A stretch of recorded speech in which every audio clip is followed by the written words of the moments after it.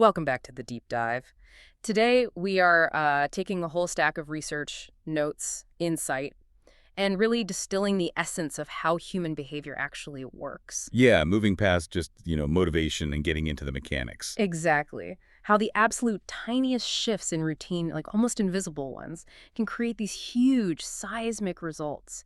We're diving deep into the science of atomic habit. And that word atomic, it's doing double duty, isn't it? It really is. Our sources nail this definition. An atomic habit is, well, it's both the smallest possible unit, the irreducible part of a bigger system, Uh-huh. and it's the source of immense, almost explosive energy. It's that combo, the micro leading to the macro, that holds the real secret, I think. It's all about those marginal, 1% improvements. Okay. But the philosophy, it didn't just, come out of thin air or a textbook. It was really forged in necessity. The whole motivation for this system is rooted in a truly powerful personal story. Back in 2002, the author had this horrific near-fatal injury. Yeah, I read that. A baseball bat to the face. Yeah, exactly. Led to memory loss, post-traumatic seizures, even a medically induced coma. Just devastating. And the recovery details you mentioned, they felt so grounding. We're talking, what, 8 months of physical therapy just to practice basic motor patterns. Things like just walking in a straight line again, driving a car, agonizingly slow stuff. Wow. It really was. But the real emotional hit came when he tried to get back into baseball a year later. He loved the sport, right? Played since he was a kid. Obsessed with it since age 4. Hmm. But then he was the only junior cut from the varsity team. Yeah. Ended up on junior varsity. Ouch. Yeah. And then as a senior, barely played. 11 total innings of varsity baseball his whole high school career. Yeah. And this huge failure, it showed him he couldn't just rely on talent or some quick fix anymore. He had to rebuild completely differently. Exactly. Not aiming for the home run, but focusing on the absolute smallest, most consistent habits, day in, day out. That context is just crucial, isn't it? Because it immediately shifts your thinking from innate talent to actual technique and process. Mm-hmm. So our core mission here, it's not just to summarize the theory, but really to give you, the listener, a complete blueprint. Okay, let's unpack this. Yeah, let's do it. We're going to explore that fundamental 4-step framework of habit change and the 4 laws that go with it, Yeah. all designed to shift your focus away from just those big, lofty goals. Which often fail. Right. And onto repeatable, scalable systems, things you can actually do. The things that actually cause the results. Okay, segment 1, the philosophy of small changes and compounding. The 1% rule. The 1% rule. It seems almost too simple. Yeah. Getting 1% better feels kind of meaningless day to day. Right. It's easy to dismiss. Yeah, like procrastinating today or making one tiny error. You just brush it off. But the sources argue that repeating that 1% error day after day, that accumulation of tiny mistakes, it compounds. Into really toxic, large-scale results down the line. It sneaks up on you. And conversely, that small 1% daily improvement, even though you can't really see it at first, it multiplies relentlessly. The genius here is recognizing how time just magnifies that margin between success and failure. They use that great analogy, the pilot flying from LA to New York. Oh, yeah, that's a good one. If the pilot adjusts the plane's heading just 3.5 degrees south, that's a tiny shift at takeoff, right? Basically invisible. Barely noticeable. A few feet, maybe. Where does he end up? He lands in Washington, D.C., hundreds of miles off course. Wow. It just perfectly shows how a tiny variation in trajectory, when it compounds over distance and time, leads you somewhere completely different. Time is the great accelerator, or the great detractor. Depends on the direction of that 1%. That's such a powerful visual. And this compounding, it's not just about, avoiding landing in the wrong city. It applies everywhere, like knowledge, for instance. Absolutely. Think about knowledge. Like Warren Buffett talks about compound interest. Right. Each new idea you learn, it doesn't just teach you that one new thing. It actually changes how you think about all the old ideas you already hold. It reframes your whole mental library. Exactly. And productivity compounds too, right? Yeah. You automate one small, tedious task, or you master a new skill. Suddenly you've freed up mental bandwidth for deeper, more important work. But the really frustrating part about compounding, for me anyway, is that progress just feels so nonlinear. Oh, definitely. You're putting in the effort, working hard, but you feel stuck in this horrible period where you see absolutely no visible change. They call it the plateau of latent potential. Yeah, the ice cube analogy is perfect for that. Explain that one. Okay, so you've got an ice cube in a cold room. The temperature slowly rises. 25 degrees, 26, 30, 31. Nothing's happening, right? The ice is just sitting there, Still solid. still solid. Yeah. Then, bang, at 32 degrees, it starts melting instantly. The change seems sudden, but it was building up the whole time. Right. So the challenge, say, for the person who's been working out for a month and sees zero difference on the scale, is knowing that all that work they did during that valley of disappointment, when you desperately feel like quitting, Yeah, when you think, this isn't working, that work is actually being stored. It's not wasted energy. But how do you survive that valley? How do you stop yourself from just giving up at 31 degrees? you survive it by trusting the system, not the immediate outcome. You have to believe in the process. Which brings us right back to that core idea, goals versus systems. Yeah, it's a fundamental distinction. Goals can be really restrictive, actually. Think about runners who focus only on crossing the finish line of a marathon. What happens after? Often, they get that yo-yo effect. They stop training almost immediately. Because the goal was achieved, right? The motivation just vanishes overnight. Okay, so the goal might be, say, winning a championship. Yep. But the system is what the team actually does every single day at practice. Precisely. And if you ignore the goal, the championship, and you only focus on improving the system, the daily practice, guess what? You still probably win the championship. You still succeed. Yeah. But you also keep the habits you need for the next season and the season after that. It shifts the whole focus away from some finite endpoint. So for lasting change, we can't just aim at the outcome. The sources break change down into 3 layers, right? That's right. 3 fundamental levels. Outcome change, which is the result. Process change, which is the system or habit. And the deepest level, identity change. And focusing on that identity layer, that's the real key, isn't it? It's everything. Your goal shouldn't be just what you want to achieve, like lose 20 pounds. It should be about who you wish to become. I am a healthy person. I am someone who moves their body daily. That identity becomes your North Star, your internal compass for decision. Exactly. And every single action you take, no matter how tiny, it's like casting a vote for the type of person you want to be. So if I study for just 20 minutes, You cast a vote for being a lifelong learner. If you skip that workout, even just a short one. you cast a vote for being, well, maybe lazy or undisciplined. Right. And those votes accumulate over time, shaping your self-image. Okay, here's where it gets really interesting. Because we often resist doing the positive thing, not because it's hard, but because of these ingrained self-labels we carry around. Oh, absolutely. People tell themselves, oh, I'm terrible with directions, or I'm just not a morning person. Yeah, I hear that all the time. I'm bad at math. Right.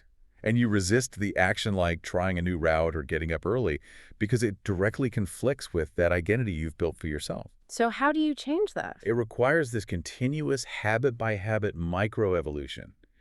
You have to stop defining yourself by past struggles, like I'm a kind of person who struggles with math. Instead. Instead, you start gathering evidence, casting those votes, that prove you are actually the kind of person who is dedicated to improving their math skills. You focus on the action, the identity follows. Okay, so to make that identity shift really practical, actionable, we need a framework. We do. And habits, both the good ones and the bad ones, they all operate through this elegant 4-step model. Cue, craving, response, and reward.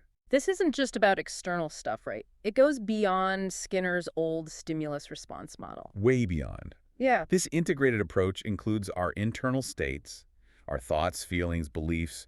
They all play a role. And that 4-step model translates directly into the 4 laws of behavior change. Exactly. To build a good habit, you need to make the behavior obvious, attractive, easy, and satisfying. Okay, let's take law 1. Make it obvious. This is tied to the cue, the trigger. Right. And consider this. Humans are incredibly visual creatures. Something like 10 million of our body's 11 million sensory receptors are for sight. 10 million out of 11, wow. Yeah. So tiny visual changes in our environment can lead to massive shifts in our behavior. We act on what we see. So environment design is like this hidden lever we can pull. Totally. Look at that study by Dr. Ann Thorndike at Mass General Hospital's cafeteria. What did they do? Did they lecture people? Put up posters? Nope, they didn't talk to anyone. They just changed the choice architecture.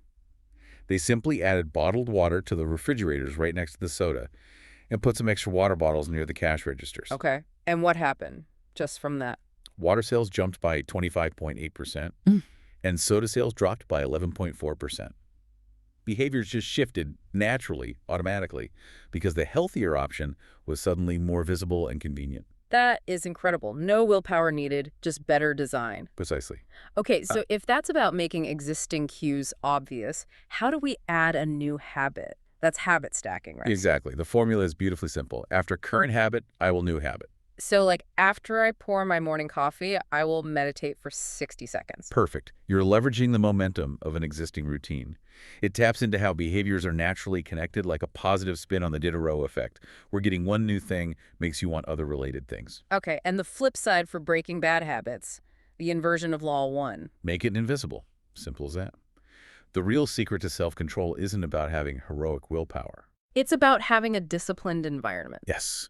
Where the cues, the triggers for your bad habits are just removed, out of sight, out of mind, literally. The military example here was stunning, the Vietnam War study. Yeah. Soldiers who were addicted to heroin in Southeast Asia, a shocking number of them quit almost overnight when they got back home. Why? Because the environment changed. The environmental triggers vanished. The cues that power the habits, the location, the stress, the social circle, they were gone. Discipline isn't just internal, it's often in the design of your surroundings. I'm blowing. Okay, moving to law two, make it attractive. This tackles the craving part of the loop. Right. And we have to acknowledge, habits are fundamentally a dopamine-driven feedback loop. Dopamine is the neurotransmitter of desire. It's what gets us to act. But the key insight here, the really surprising part, is that dopamine isn't just released when you get the reward. No. It's released when you anticipate the reward. That's crucial. So if you're a gambler, you get that huge dopamine spike right before you place the bet, not necessarily when you win. Exactly. The anticipation itself becomes the engine driving the craving. So how do we harness that anticipation for good habits? We use a strategy called temptation bundling. You pair an action you want to do with an action you need to do. Okay, give me an example. Remember Ronan Byrne, the Irish engineering student? Vaguely. What did he do? He hacked his stationary exercise bike. He connected it to his TV and laptop so that Netflix would only play if he was cycling above a certain minimum speed. No way. That's genius. Isn't it? He bundled the need, exercise, with the want, watching Netflix. He made the anticipation of watching his show conditional on doing the work. That is next level motivation hacking. Okay, besides bundling, what else makes habits attractive? We're influenced by our tribe, right? Massively. We are fundamentally herd animals. We imitate the behaviors of three groups. The close, our friends, family, the many, the prevailing culture, and the powerful, those with status. So social norms are huge. Huge. Think about the Polgar sisters. All three became chess grandmasters. Do they have some special chess gene? Probably not. They simply grew up in a household, a culture, where playing chess for hours every day, obsessing over it, was the normal, desirable, and celebrated behavior. So if you want to make a habit attractive, join a culture where that habit is already the norm. Exactly. It instantly makes the behavior feel more appealing, more like something you should be doing too. All right, let's move to the back half of the loop. Law 3, make it easy. This focuses on the response, the actual action. Yes. And this taps into a fundamental principle of nature, really. Mm-hmm. The law of least effort. Our brains are wired to conserve energy whenever possible. So we naturally gravitate towards the option that requires the least amount of work in the moment. We do. It's an efficiency thing. But wait a second, isn't the whole point of self-improvement, like exercise or learning a skill, to deliberately do hard things? Doesn't make it easy kind of undermine the discipline? That's a really important clarification. Mm-hmm. We're not making the ultimate work easy. We're making the start easy. The idea is to reduce the friction associated with starting the behavior. Make the desired long-term action as easy as possible in the moment you have to decide whether to do it or not. You have to standardize showing up before you optimize the performance. Precisely. You can't improve a habit that doesn't exist. Master the art of showing up first. I love that reframe, and that leads directly to that brilliant little strategy, the 2-minute rule. Yes. State the rule. A new habit must take less than 2 minutes to perform. You scale down your ambition dramatically at the beginning. Give some examples. Okay, so instead of run 3 miles, your goal becomes put on my running shoes and tie them. Instead of study for class for an hour, it's open my notes. Exactly. Read before bed each night becomes read one page. Yeah. Do 30 minutes of yoga becomes take out my yoga mat. The goal isn't the full workout or study session initially. The goal is just to master the habit of starting, to make showing up the easy, automatic part. Couldn't say it better. Then, the inversion for breaking bad habits, making them difficult, that's where commitment devices come in handy. Right, this is a choice you make in the present that locks in better behavior in the future. And the classic dramatic example is Victor Hugo, right? Facing that impossible deadline for The Hunchback of Notre Dame. What did he do again? It was extreme. He had his assistant lock away all of his clothes, leaving him only this large shawl. He literally couldn't go outside because he had nothing appropriate to wear. So he was forced to stay inside and just write. Exactly. He created massive friction for the unwanted behavior, going out, and made the desired behavior, writing, the path of least resistance. That is intense. And then there's the simpler brilliance of the cash register. Oh yeah, John Henry Patterson inventing it specifically to stop employee theft. It was just a one-time choice, buying the machine that automated ethical behavior by making the bad behavior slipping cash out of the drawer really difficult and obvious. Perfect example of making it difficult. Okay, finally, law 4. Make it satisfying. This addresses the reward, And this relies on the cardinal rule of behavior change. which is, What is rewarded is repeated. What is punished is avoided. Simple as that. Our brains are wired to seek pleasure and avoid pain. but the fundamental challenge here in modern life is the mismatch between how our brains evolved and how society works now. We evolved in an immediate return environment, right? Find food now, eat now. Avoid the predator now, survive now. Exactly. Our brains crave immediate payoffs, but modern society is largely a delayed return environment. Like saving money for retirement, or exercising for future health, or studying for a degree years down the line. Right. The rewards for good habits are often delayed. Meanwhile, the rewards for many bad habits, eating junk food, scrolling social media, are immediate. Which makes the good habits incredibly hard to stick with initially because the brain isn't getting that instant hit of satisfaction. Precisely. So we need to bridge that gap. We need to find ways to inject some instant gratification into our good habits. But the reward has to be aligned with the identity, right? Critically important. The reward must reinforce your desired identity, not conflict with it. So don't reward yourself for exercising by eating a pint of ice cream. Because that casts conflicting votes. I'm healthy versus I eat junk. Right. Instead, reward yourself with something that still aligns with being a healthy person, maybe tracking your workout streak visually, or enjoying a relaxing hot bath, or getting a massage, something that feels good now and reinforces the identity. Okay.